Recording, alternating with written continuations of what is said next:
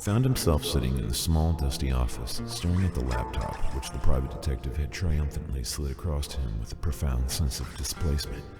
There are just some situations which people find themselves in which are so utterly devastating and surreal that the mind has no choice but to break apart from the moment completely.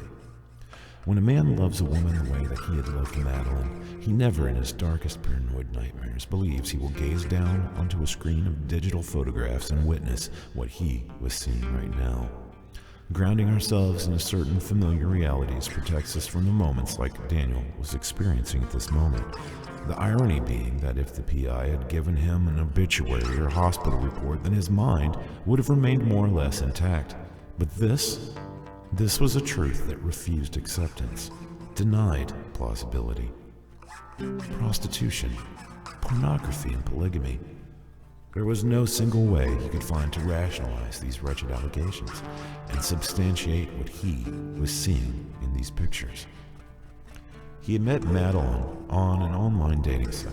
He had been a lonely medical student with no time or money to devote to prowling public bookstores, coffee houses, and bars for available women. As much as he knew he should be wholly focused on his internship at the Crestwood Journal, he had not been able to subdue the emptiness he felt.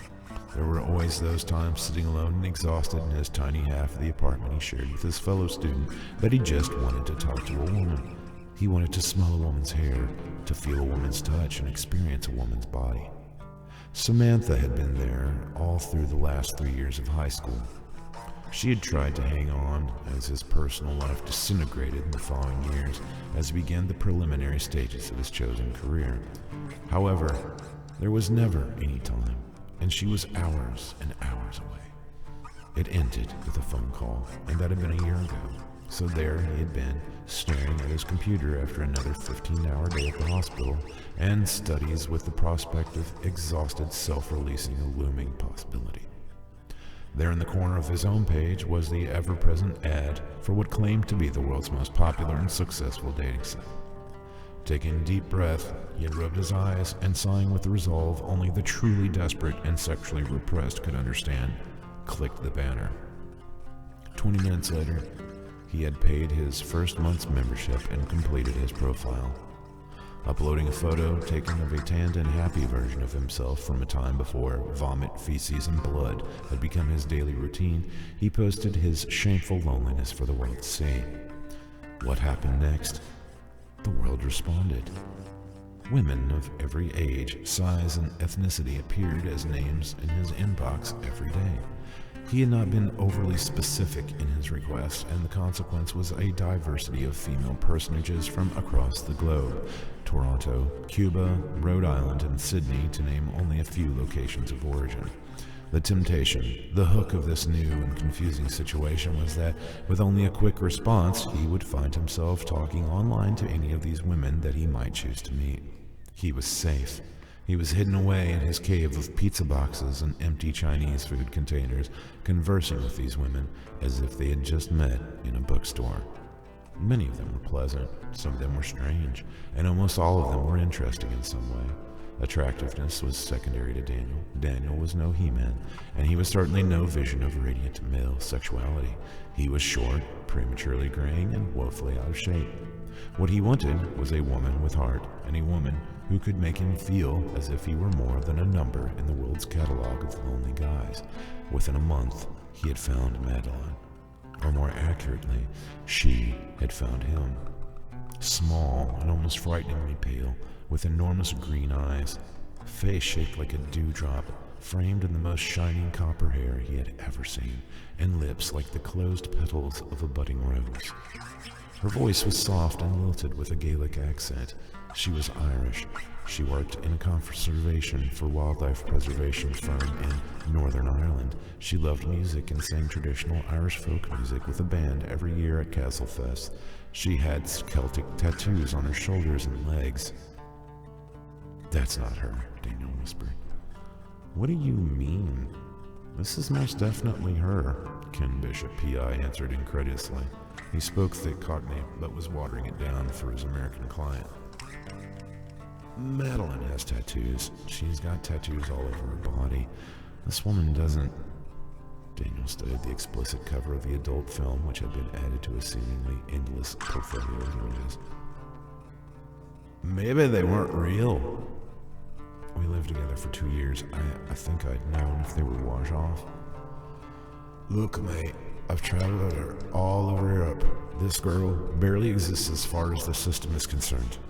I've got confirmation from 24 sources that your twist and twirl is about as dodgy as they come. This isn't even possible. Don't you understand? We've been living together in Dublin for 2 years. We weren't engaged. She wouldn't have even had time for half of what you've got here. I asked you to find Madeline, not some girl who looks just like her. She's a missing person, Mr. Bishop.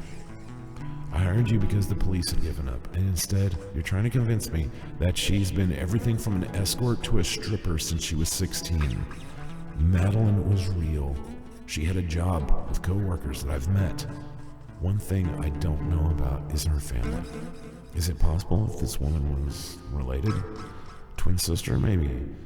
She said she was adopted, so maybe that's where you should be looking instead of porn sites. Sir, Madeline Bright doesn't exist. There's no record of her being born, orphaned, or adopted. What I do have is all kinds of men vanished after being associated with this girl here. She's been called Natasha, May East, Linda Garnett, and about a dozen other names. But this Madeline Bright has got to be one in the same. Maybe they're twins, but it's a long shot, mate. This girl here is some kind of Barney for any David Blaine enough to lick her brats. Daniel stared at the PI as he mentally translated what had just been said. He gathered that Bishop was saying that men who slept with the woman in the photos had gone missing. See that Patty there in the movie cover? That's Freddie Wink. His real name is Frederick Minor, and he was well on his way to being one of the big names in Welsh porn. We made it about 3 low-budget pictures with Miss Linda Garnett, but hurry up and vanished. Nobody thought too much of it since he's had a nasty meth habit. But if you scroll down to that security photo from that hotel in the Netherlands, you'll see another man who's been missing for the past year as well. That geezer has a married charter boat captain who checked in with a girl witnesses says was named Frida Livingston. There's no mistake in that last name, Mr. Hewlin. She's one in the same. The night manager at the hotel even recognized her from a club she danced at in Berlin a few years back. How could she be dancing at a club in Germany when I had just got a job in Dublin and moved there so we could be together? She had an apartment in Longford.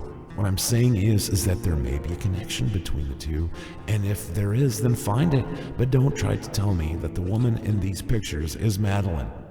If people associated with this woman go missing, then maybe that's a clue as to what happened to her. All right then, Mr. Hewlin, but don't be surprised if you don't like what I find. Just do what I'm paying you for and find out what happened to her. I'll do my best, but it's gonna cost. If you find Madeline, then it will be worth every penny. Ken walked casually through the sea of tables until he found a position close enough to the stage to see the dancer's face, but far enough back as to avoid being seen himself.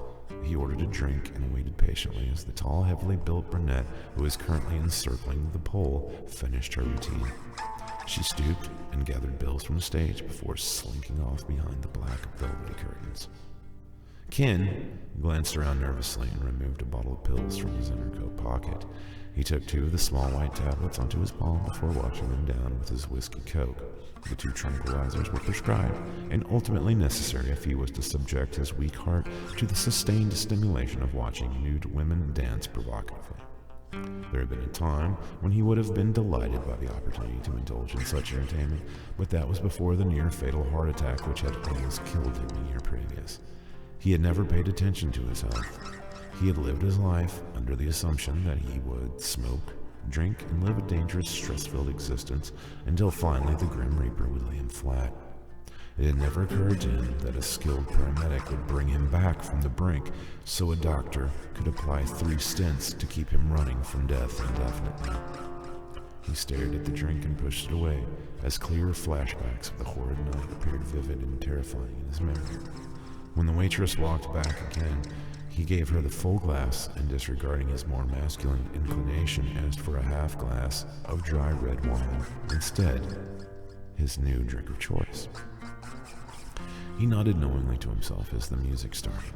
Folky Irish rock music playing from the club system, a soft, rhythmic harp playing over a pagan drum beat. This had to be Hewlin's lost fiancée, he was sure. And before he had even had time to remember the alias under which she was dancing at the club, she had appeared from behind the curtain. Immediately he was thankful he had taken the pills.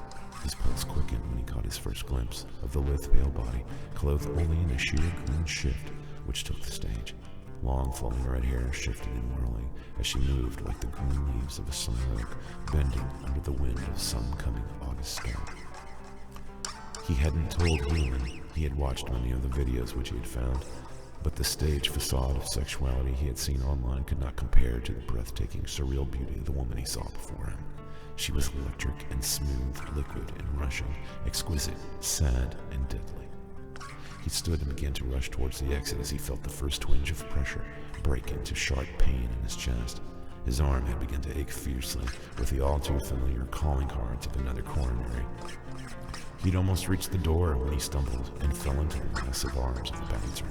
The large-bearded man wore a black shirt which read "Staff" in bold white letters across his thick, muscular chest. The man's look of concern signaled that he had somehow recognized Ken's plight even through this dark, smoky haze of the club. The bouncer was laying him down onto the floor before he quickly withdrew his cell phone and called for an ambulance. As the massive behemoth loosened Ken's collar and belt, the detective's eyes strayed to the stage, where the red-haired woman still danced, with the shift call falling carelessly from her shoulders. For one brief moment, her eerie green eyes locked with his, and he saw with morbid, dense clarity that she was smiling. "Go ahead and die," her eyes were saying, with burning, cold humor. "Go into the next world with me as your last sight." Her eyes laughed. "Die, you idiot, before you learn something you would never want to know." Ken was fading into darkness as the unrelenting, crushing tearing of his heart finally ceased.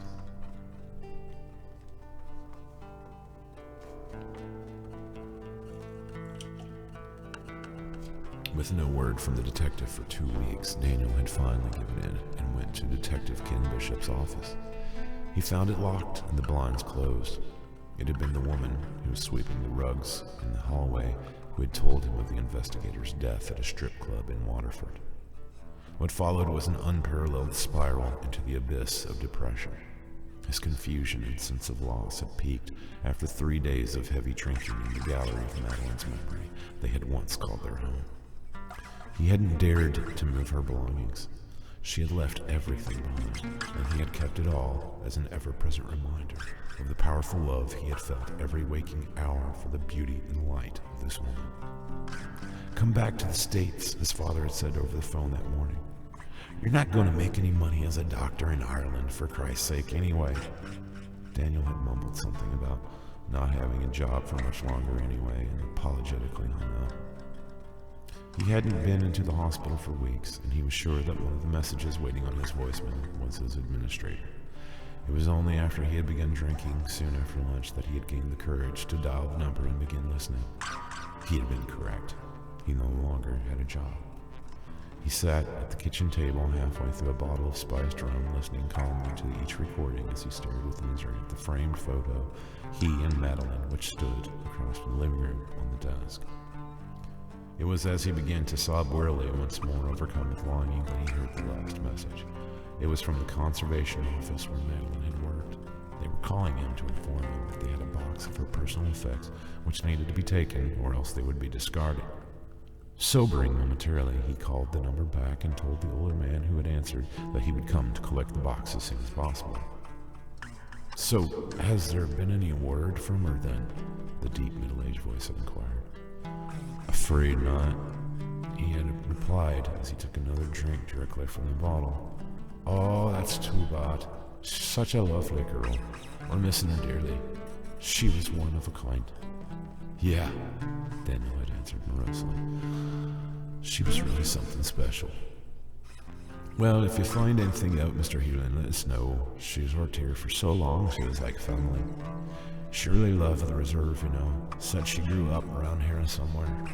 Daniel sat straight up in his chair as he was suddenly jolted into sobriety.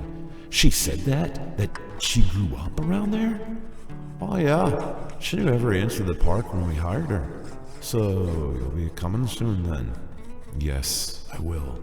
Daniel hung up just as the man was about to say something else, but he was already gathering his coat and keys as he took the last of his cash from the drawer by his bedstand and left. Madeline had told him she was raised by various foster families in Galway. Never had she mentioned ever living near the wildlife area where she lived. A desperate hope had pierced the dismal fog of his mind. "Well, you see, this was all going to be sold for development," the old man said as he placed the small box on his desk and then gestured to the huge map tacked to his office wall. "But then there was a mudslide in the summer of '73, and they found the ruins of an old Celtic stronghold in the hills by the loch. It wasn't long before the archaeologists were digging it out from the forest. Turns out the Romans mentioned it in some general's account. He wrote that the Celts here made sacrifices in Loch Shannon. That was when they sent in the little sub and found the monoliths." Daniel stared at the box and tried to fight the growing urge to snatch it away from the man as quickly as possible. Trying to appear calm, he feigned interest in the gray-haired gentleman's rambling conversation. "I don't recall Madeline ever mentioning any monoliths," he said, as he searched the map distractedly for the site. "That's very strange. It was a very important find. You see, they found a stone ring at the bottom of the loch." Daniel suddenly looked at the man with apprehension. "You mean like Stonehenge?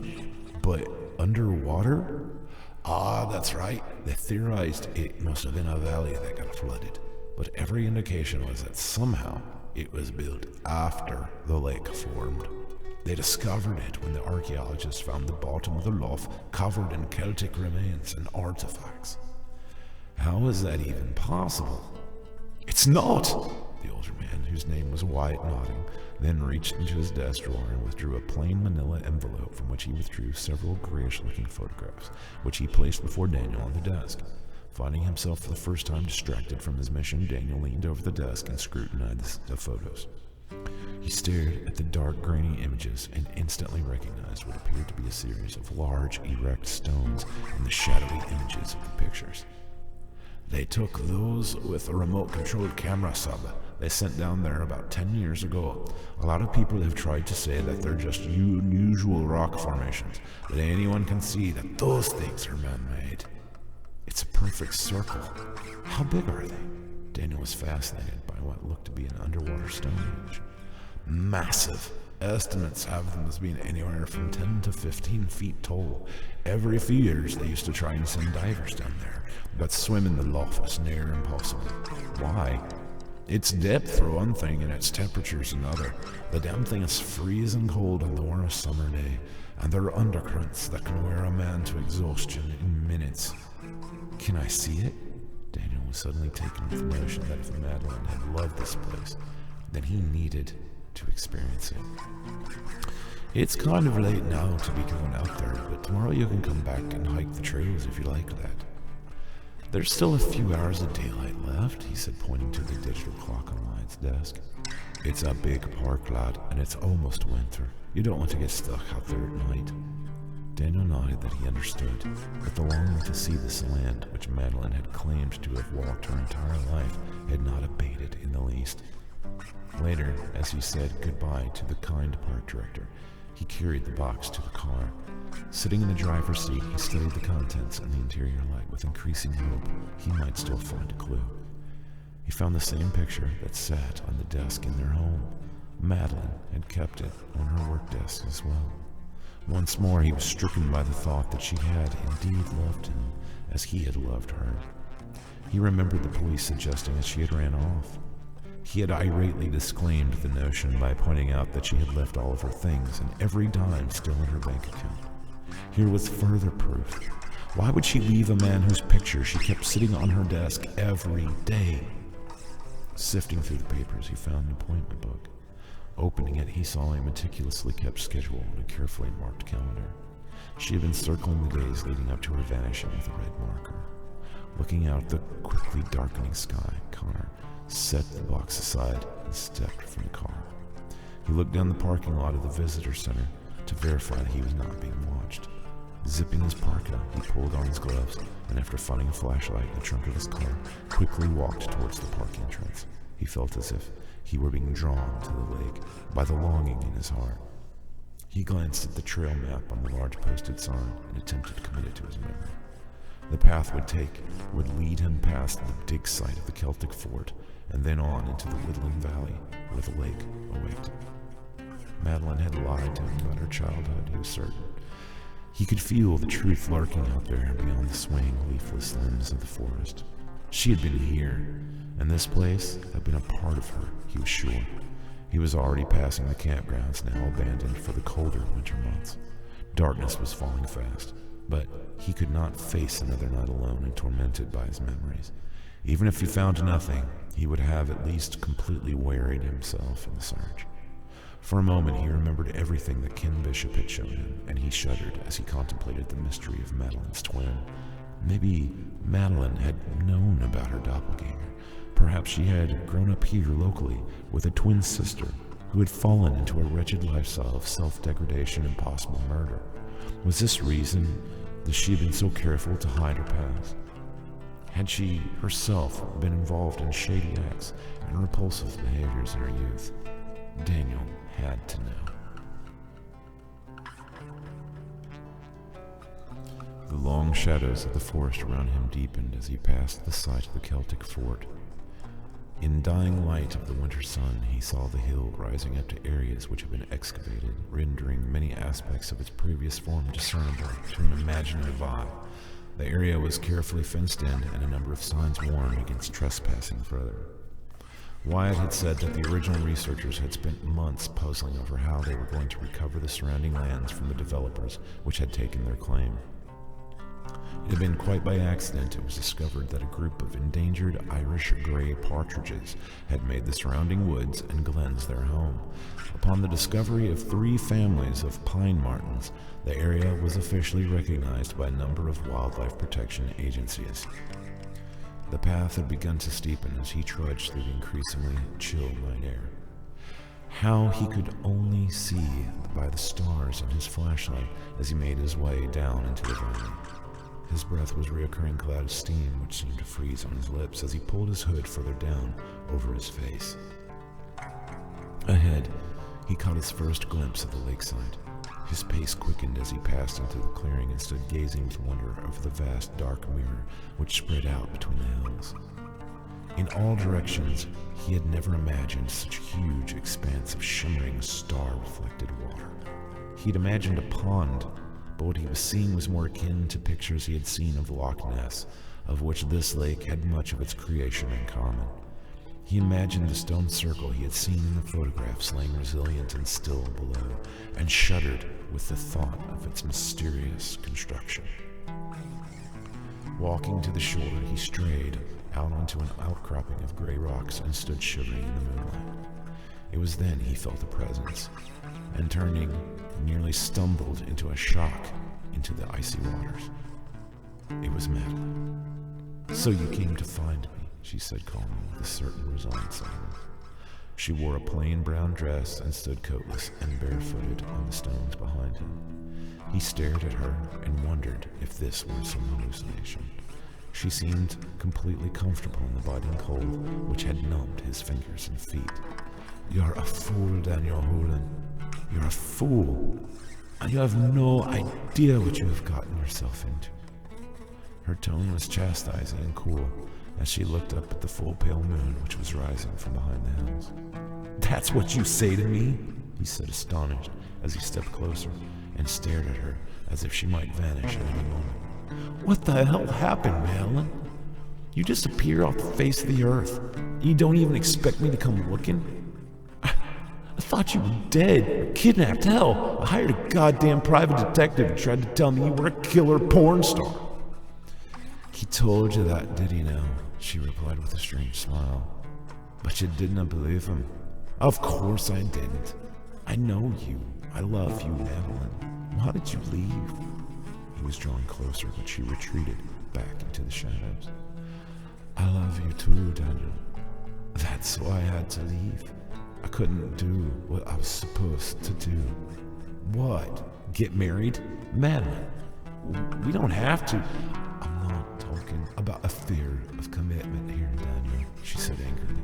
I'm talking about your life, you gobshite. I don't have a life without you, he pleaded, his hands trembled to touch her. Are you out of your head, Daniel? You've got to leave here. Haven't you figured out something's wrong? I thought you were dead. Daniel screamed as his hands clenched into fists. How could you just leave like that? I left because it was all wrong, Daniel. It was all a mistake, a terrible mistake. And wanted to make things right. I couldn't. I don't belong with you, Daniel, and I don't belong out there. I always dreamed about being amongst you, living like a mortal. And I thought I could do it. I thought if I go out and I just stayed away, that eventually I'd adjust and be like one of you. But your world's a mess. Everyone's sad and lonely. Your world's dark, cold, and there's just so much pain and loss. Every day someone loses someone or something precious. Your lives are like candle flames that flicker in a breeze, and you spend every moment waiting for it to just snuff out. They wouldn't leave me alone anyway, Daniel. They don't understand. They've never gotten close enough to your world to see us anything more than cattle. To them they see a child one day and an ancient the next. They don't comprehend how agonizing and slow every second passes for your kind. They never feel any sympathy for you, and they never will. Who are you talking about? Daniel's mind was a whirling maelstrom of confusion and hurt. Her words sounded insane, and he wondered if she hadn't suffered some breakdown and had been wandering the woods lost in dementia. It never used to matter, my love, she said, drawing close and her voice dropping into a low, compassionate whisper. In the old times, we used to just wait, and your old fathers would bring us one or two at certain times of year, or when they needed our art. But then the Romans came, and the wild men of the valley could not win. In the last days, they hid their town as their priests brought more and more of their bravest and strongest in sacrifice. But there was nothing we could do. In time, they were all gone, enslaved and dead at the hands of the general. That was when we started to venture out, to find the flesh we needed. Daniel felt her hand warm and tender on his cheek as she caressed him with waves of pity shining in her tearful eyes. Madeline, you need help. I can take you to a doctor or a hospital. I can help you through this. Oh, you dear sweet boy. I couldn't take you to them. You are so loving and kind, but now you've come here to this place and there's no way they'll let you go. Who, Madeline? Who are you talking about? She took his arm and gently turned him until he faced the dark, expansive waters of Loch Shannon. As he looked out over the calm waters, he began to see there in the darkness shapes moving by the dozens near the shore. His gaze looked out further, and there in the moonlight were hundreds more bobbing like round, shining stones emerging from the pitch darkness of the lake. The forms were moving closer as he saw long white arms reaching from the cold water and grasping the rocks of the shoreline with small, delicate hands. His eyes widened as he saw the slender, naked bodies crawl into the moonlight and begin slinking towards him. They were women, beautiful, red-haired, with skin like ivory, each one a lovely and perfect copy of the other, and all with the same teardrop-round face of his beloved Madeline. However, in all their collective stares, he could see only empty, dismal hunger. "What do they want?" he whispered as he began to back away, but found Madeline's tender grasp now turned hard and unbreakable as a metal vise. "Oh, my love, they want you." Her voice was distant and dreamlike as she pushed him to his knees and locked his arms behind his back with strength impossible for such a fragile, small creature. "They will take you down into their world, and there they will drink your blood for as long as your poor mortal heart will pump it. They will sip at the chalice of your veins until you linger on the very edge of entering the dark other world beyond. And then, while you still live, they will feast on the flesh of your body until nothing remains but bones." Her voice was sad with regret, but her hold did not falter. "Let me go," he whispered desperately as his voice quivered with terror. "Let me go, Madeline, please." He begged as he began to twist and struggle, but her hands felt as if their grip could snap his arm with ease. "Know that I love you with all my heart, but my place is with them, and this is their law." Daniel screamed as she lifted him effortlessly from the ground and threw him into the throng of waiting, desperate, hungry women who all bore the face of his Madeline.